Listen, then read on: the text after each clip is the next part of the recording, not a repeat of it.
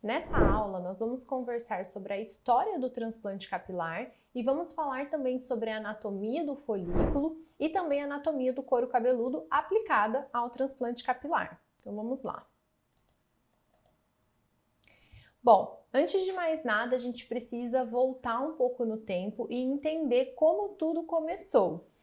O transplante capilar, antigamente, ele não era uma cirurgia estética, como é hoje, para correção de androgenética, para melhorar a autoestima dos pacientes. Os primeiros experimentos em relação a trazer os folículos de uma certa região para outras regiões, mas nem era folículo que era falado, nem tinha esse conhecimento da distribuição das unidades foliculares no couro cabeludo.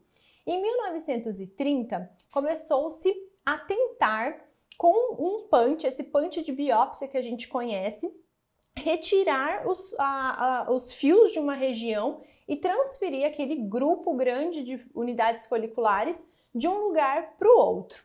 Depois, mais tarde, em 1939, Okuda descreveu a primeira tentativa com um punch de biópsia, a transferência dos folículos na região do couro cabeludo.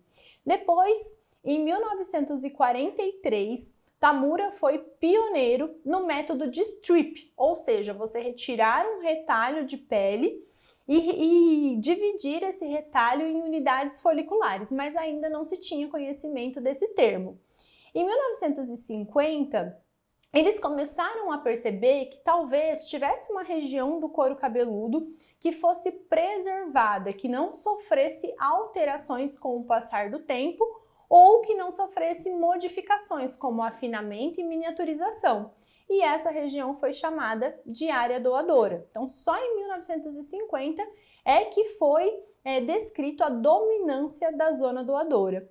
E depois, mais tarde, começaram os métodos mais modernos que hoje a gente conhece. Em 1993, a Sociedade Internacional de Restauração Capilar foi fundada, que é a ISHRS, e até hoje é a maior sociedade de restauração que a gente conhece. Na época dos anos 2000, é que surgiu o Safe System. Então, o método FUE que a gente conhece hoje, antes ele era chamado de FOX, por isso que o teste que a gente faz logo no comecinho do transplante é chamado de FOX Test, que era a forma de extrair manualmente os folículos da região doadora. Conforme isso foi modernizando, eles criaram os motores, que são chamados de Safe System, e esse é o método FUE que a gente conhece hoje em dia. Depois, em 2011, a Sociedade Europeia de FUE foi fundada. É importante a gente ter conhecimento dessa história do transplante para saber que as coisas foram modificando com o passar do tempo e ter um entendimento de como era antes e como é diferente do que a gente faz hoje em dia, que é classicamente uma cirurgia estética. E não só a história a gente precisa entender, mas a gente também tem que entender a nomenclatura, quais são os nomes certos para cada coisa. Então, por exemplo, quando a gente fala folículo piloso, a gente está falando de um órgão humano, é o menor órgão humano, é toda aquela estrutura que a gente conhece e que produz um único fio. O termo unidade folicular, ele se refere a um conjunto de folículos. Então, nós temos no couro cabeludo os folículos muito organizados em grupos, e esse grupo leva o nome de unidade folicular. Nós podemos ter grupos de até 5 folículos, que é considerado normal. Mais do que isso, pode estar presente em algumas patologias. Densidade capilar é um nome que se refere ao número de fios por centímetro quadrado, e densidade folicular se refere ao número de folículos por centímetro quadrado. Quando eu falar densidade, eu estou me referindo aqui à densidade folicular, como geralmente a gente usa esse termo, mas só para vocês conhecerem que existe essa diferença de nomenclatura. Em relação à anatomia do couro cabeludo, também existem nomes diferentes para cada região do couro cabeludo. Então, por exemplo, a região frontal é uma região de muita importância na reconstrução, na cirurgia reconstrutiva, e é a região do topete, que também, esse nome topete é científico, E é uma região que faz muita diferença na estética, está relacionada à moldura do rosto. É uma área que deve ter uma atenção especial quando a gente for fazer a reconstrução. Entre a região frontal e a região mais posterior, existe a ponte ou bridge, como é o termo em inglês, ou mid-scalp, ou em português, scalp médio. É uma área que faz uma conexão, como a gente pode ver aqui na figura, uma conexão entre a região frontal e a região da ponte ou mid-scalp faz a conexão da área frontal com a região da coroa, como é chamado, ou vértex. E lateralmente e posteriormente a gente tem a zona doadora, que é uma área normalmente preservada, em que a gente não tem um afinamento muito importante aqui dos fios. Então, essa região é a região que vai doar os folículos, as unidades foliculares, para a área de maior necessidade. Essa área lateral aqui, ela é muito importante. Quando ela está presente, que é chamada de lateral fringe ou lateral hump, ela torna um caso que é bem avançado num caso que pode ser melhor reconstruído. Por exemplo, esse paciente aqui, que é um Norwood 6, ou seja, ele tem a perda da região frontal, tem a perda do mid-scalp e tem a perda da coroa também. Mas ele tem essa área, essa lateral hump preservada. E isso acaba tornando o caso dele um caso de melhor reconstrução, porque a gente consegue com isso diminuir a área receptora. Então a gente consegue compactar a nossa área receptora, que quanto menor ela for, melhor vai ser a reconstrução. Por isso que isso tem bastante importância e é o que vai diferenciar um Norwood de classificação 6 para um Norwood 7. Bom, já entendemos então a anatomia do couro cabeludo, já entendemos a nomenclatura e agora a gente precisa entender um pouco sobre a anatomia do folículo. Então, o folículo, como eu disse, ele é o menor órgão do corpo. E assim como num transplante de órgãos, a gente tem que ter muito cuidado para fazer essa transferência. No transplante capilar não é diferente, então a gente precisa de um cuidado muito especial, uma atenção muito especial a algumas partes anatômicas do folículo. Então, se a gente for classificar da parte superior para a parte inferior do folículo, a gente tem o infundíbulo, que é essa parte mais alta, por onde emerge o fio. Logo abaixo, a gente tem a região do istmo, que é uma região considerada nobre, que é uma região onde a gente vai ter a localização ali do bulge, que é uma área onde nós temos células tronco, então uma área extremamente nobre.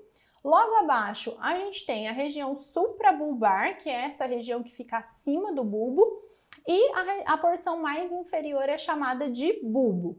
Quando a gente vai olhar para a anatomia do folículo, anexada ao folículo, a gente tem a glândula sebácea, que é responsável pela produção do sebo, por isso que a gente tem sebo no nosso couro cabeludo, e por isso que se a gente não lavar o fio fica muito oleoso. Quem tem cabelos crespos, por exemplo, vai sentir o fio menos oleoso, porque o óleo vai ter dificuldade de passar pelo fio. Mas quem tem cabelo liso geralmente sente o fio mais oleoso justamente porque ele é produzido no couro cabeludo e consegue escorrer pela haste. Nós temos também anexado ao folículo o músculo piloeretor, que é o músculo responsável por deixar os pelos eretos, e a região da papila dérmica, que juntamente com o bulge é considerado uma área nobre do folículo e também de localização das células tronco. Essas duas regiões são super importantes, especialmente a região do bulge, que é uma região que não é dinâmica. Então, quando a gente tem patologias que atingem aquela área, a gente vai ter ali a formação de uma cicatriz e uma ausência de produção de fio. Agora, trazendo aqui para o transplante, essas duas áreas são muito importantes na manipulação. Então, a gente tem que evitar, durante o processo cirúrgico, de segurar em qualquer uma dessas duas regiões. Quando a gente estiver diante de um folículo, a gente tem que segurar em áreas que não sejam consideradas nobres e por isso que quanto menos houver manipulação, melhor é. E o folículo, ele também tem diversas camadas derivadas do mesênquima, camadas derivadas do epitélio, e essas camadas, elas são responsáveis pela formação do folículo como um todo. A gente tem as camadas mais externas e depois as camadas mais internas que formam o fio. O fio, ele é dividido de dentro para fora em medula, córtex e cutícula, e ainda a gente tem as camadas mais externas, como a camada de Huxley, a camada de Henle, que são responsáveis pela cobertura do folículo como um todo. Então, só lembrando, aqui a gente vai estar olhando para o folículo mesmo, logo depois de extraído, e é essa imagem que a gente vê quando a gente faz uma extração. Então, a gente tem a haste, que é o fio, o infundíbulo, que é a região por onde emerge esse fio, a glândula sebácea, que é responsável pela produção do sebo, logo abaixo dela uma região que é chamada de Bulge Area e a área do bulbo, que também é muito importante, que é onde está localizada a papila dérmica. Outro detalhe é que a glândula écrina, ela pode também estar anexada ao folículo.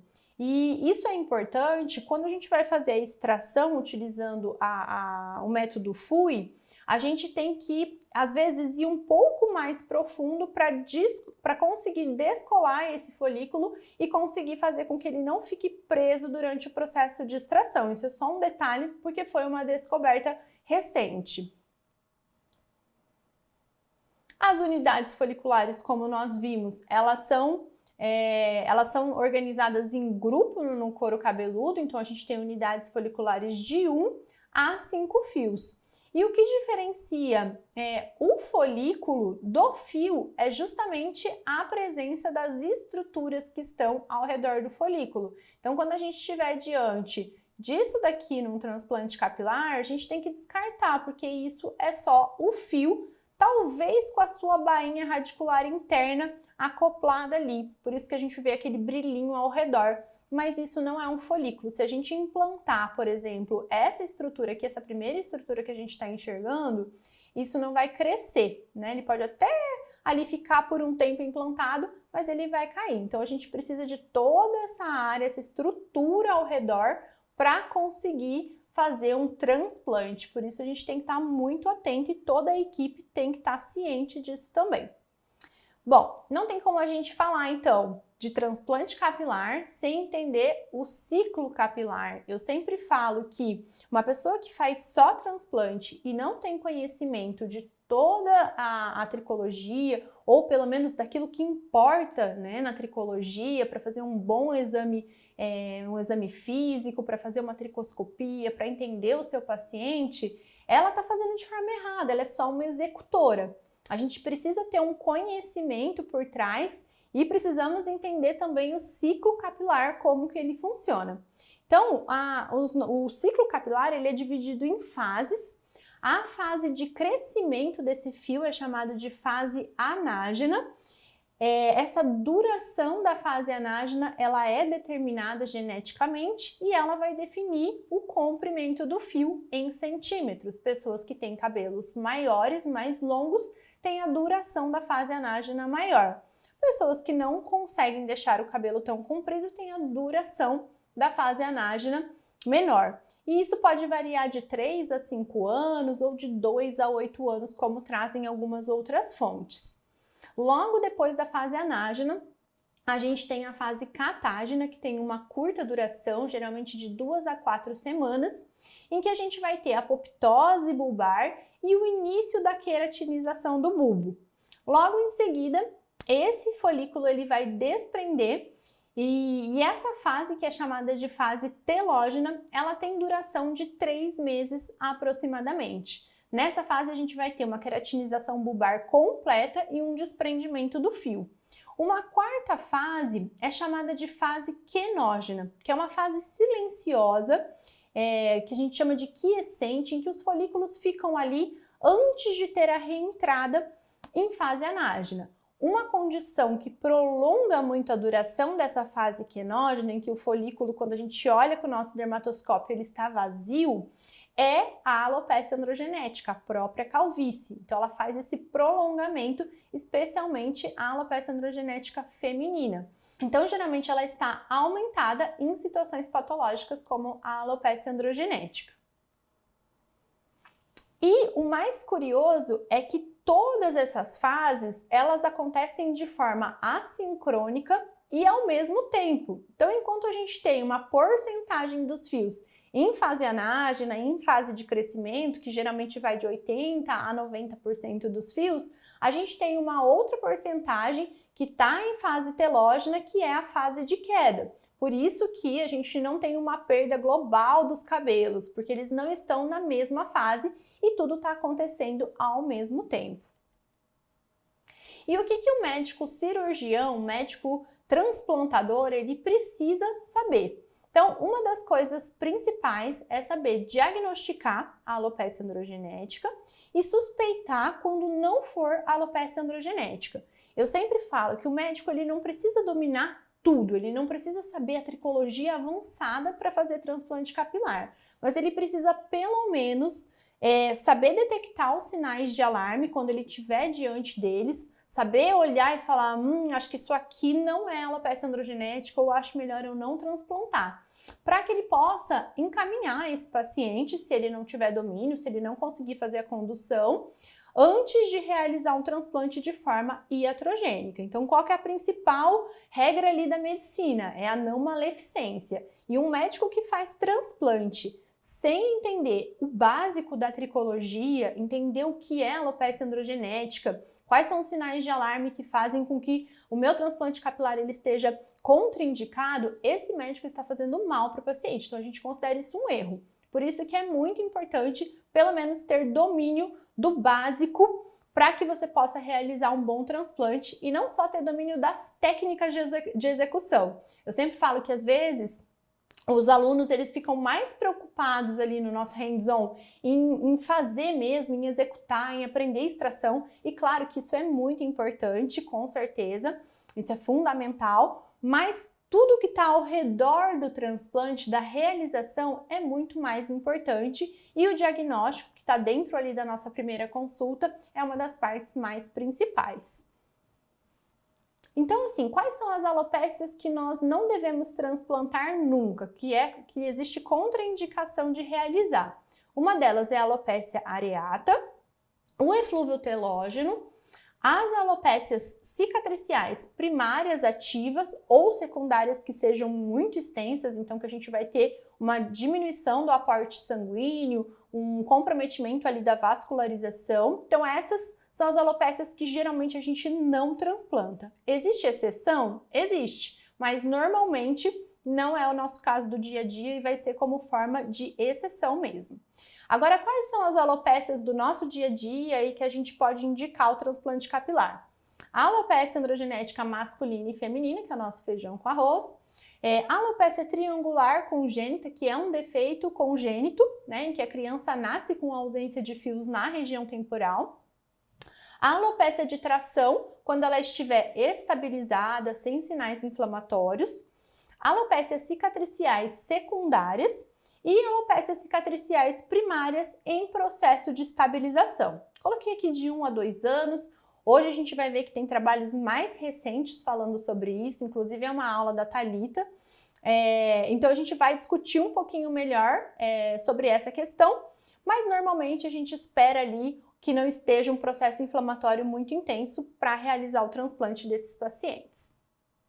Esse é um caso que essa imagem foi cedida, inclusive, pela minha colega Jéssica San Miguel, de um paciente que ela atendeu, que ele tinha uma história de uma placa de alopecia areata. No passado, ele não tinha placa ativa, foi realizado o transplante capilar nele e ele evoluiu com uma alopecia areata total após o transplante.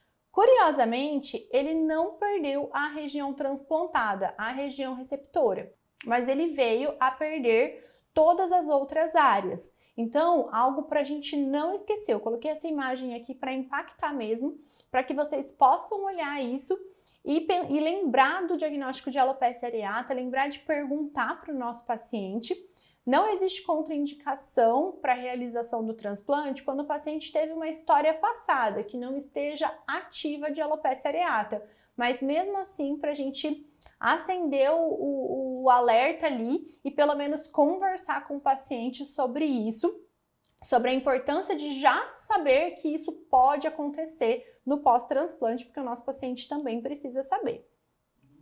Bom, pessoal, então era isso. Eu queria passar a mensagem de que o cirurgião de transplante, ele mesmo não tendo domínio total da tricologia avançada, ele tem que pelo menos saber a tricologia básica, saber diagnosticar o paciente, saber realizar uma boa consulta capilar e saber conduzir esse paciente também no pós-transplante, saber tratar as complicações, então para a gente estar sempre alerta e sempre estudando também a parte da tricologia clínica, não só a cirúrgica. Espero que vocês tenham gostado dessa aula e até a próxima!